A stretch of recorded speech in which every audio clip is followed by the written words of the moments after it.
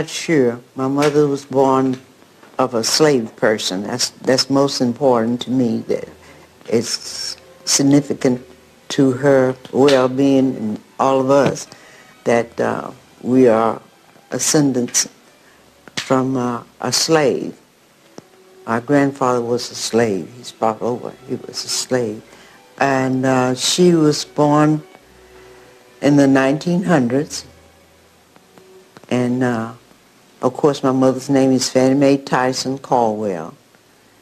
And she was born, I'm not sure, British Prayer. Well, they call it that, but it's now Austin, and it's off of Weberville Road between 12th Street and Tanny Hill Lane, Tanny Hill Lane, Heflin Lane. Mm-hmm.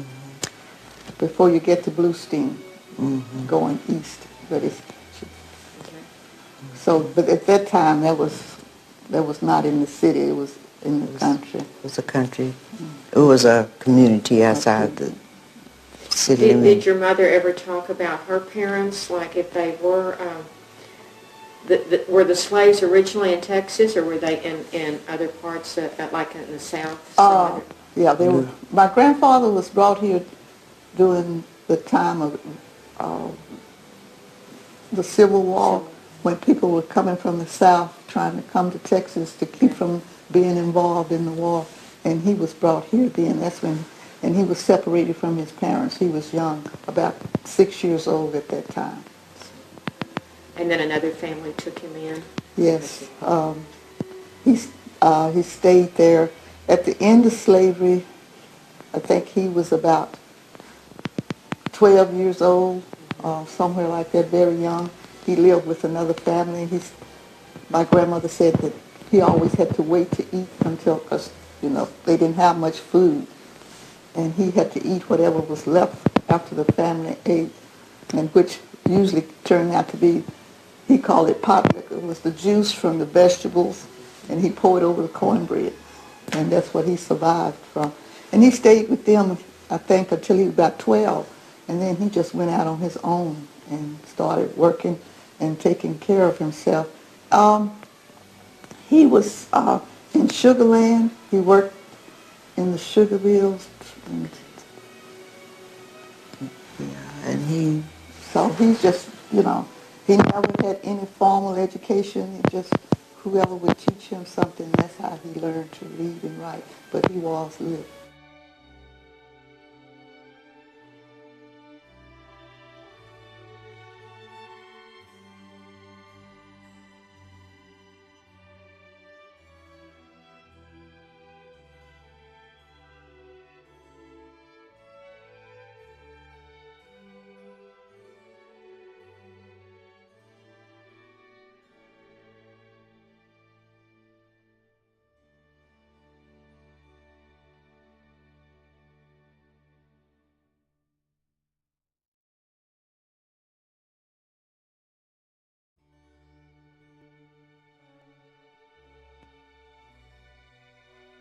We want you to go ahead and say your full name and when you were born and where you were born.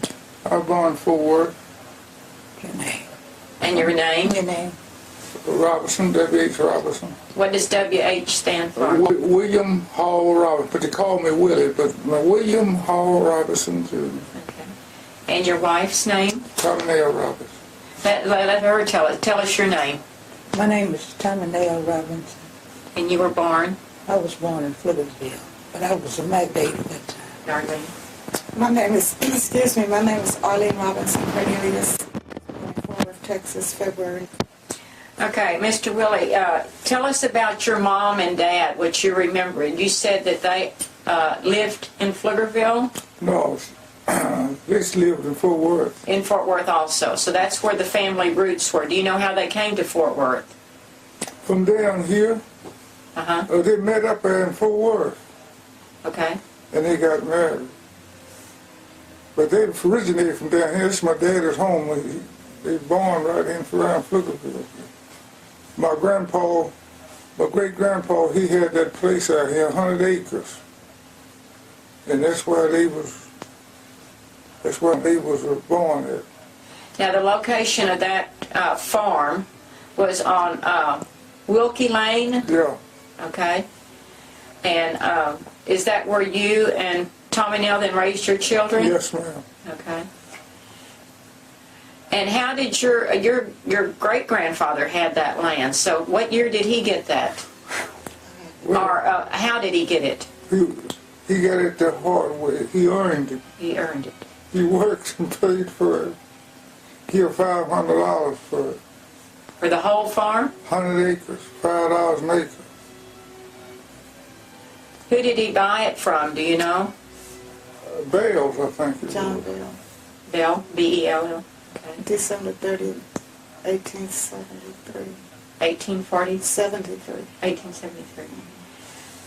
Did he build a house on it when he got the He had property? it built, yeah. Where did he get the materials to build the house? I guess they, whatever they got them then, but they got it built. They What- bought the chimneys. They said them chimneys cost $75 a piece. The 2 chimneys on the house. Had on each side of the house, they had 2 fireplaces. And I know those chimneys cost $75 a piece. What do you remember about the furniture in the house? Just ordinary furniture, just wasn't nothing fancy, cushions. They was gone. My grandmother, she was still living. My grandmother, she got married at the house up there. She got married up there. I guess all the girls just left, got married there. It was 3 girls and 1 boy.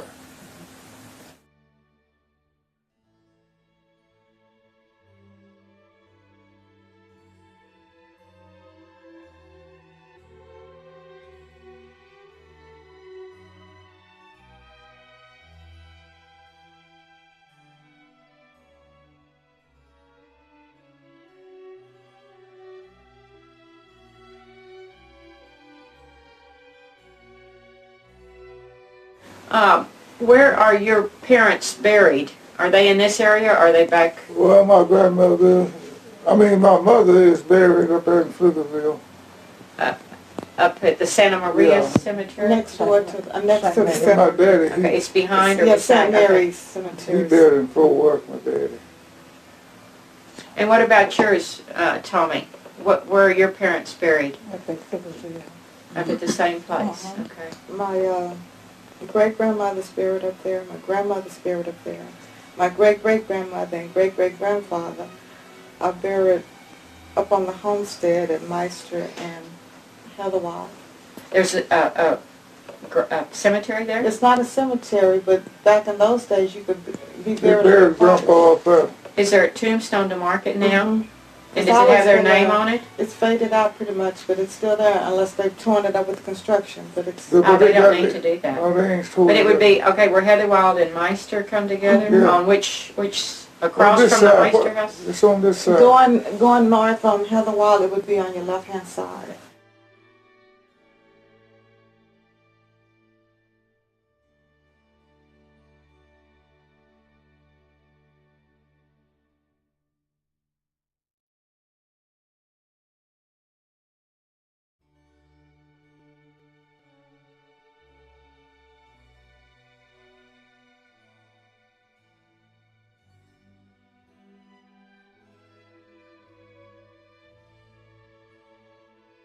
You know, there's that cemetery that the Mexican Americans are buried in right on Pecan Street, and then behind that is another cemetery. That's a colored cemetery. That's a colored cemetery. And then there was a sign that says Russell's Place. What do you know about that cemetery? Did you ever go to a funeral there? Yes, I did. My father's buried there. Is he really? His name is Oh, I Andrew. want to hear that story. That is amazing. My father's buried in Pflugerville Colored Cemetery. But for some reason, they don't have him listed on the internet. So my daughter went and put all that in. Uh-huh. But he was buried. In fact, I was young. And to this day, I regret that I didn't know about putting a headstone or something on his grave and So there is no headstone there? He's unmarked grave, because I was so young, you know, I didn't know anything about Okay, can you tell me what his name was? Andrew Andrew? Brooks. Andrew Brooks. Mhm. Okay. And if you went there, could you identify the area you think it could Oh, be? yeah, I can identify approximately where he is. And the Russells and the Robinsons and the Carwells all know that my dad is buried there. Do they acknowledge that? Yeah, if Okay. you would ask them, they would tell you. Okay, okay. Because I know that there is an effort right now in the community, you know, to restore that. Right. And the main, well, I don't want an unchecked opinion, but certainly important historically is that all of the burial sites or graves are identified properly and marked, so people know what they see. I just wish my daughter has gone to Pflugerville Chamber of Commerce. She has done everything in the world to try to find where my dad's grave is. But the problem being, the elderly black man knew where everybody's grave was. He's gone. But all of them's dead. Okay. And apparently they didn't keep a record. Okay. Now, Bertha Jean Russell told me that she had a record of the, Okay. Somewhere. Is she still alive? she's alive, but she's elderly, Okay. and I've tried to get her to see if she Okay, can so, find it. well, we can do this after the interview, but if we can get a phone number through your friend here, that we can contact the Russell family that's still alive and see if they I'll have that try to see if I document. can get her. Because that would be important to In fact, do. Bertha Jean still lives there in the house. Yeah.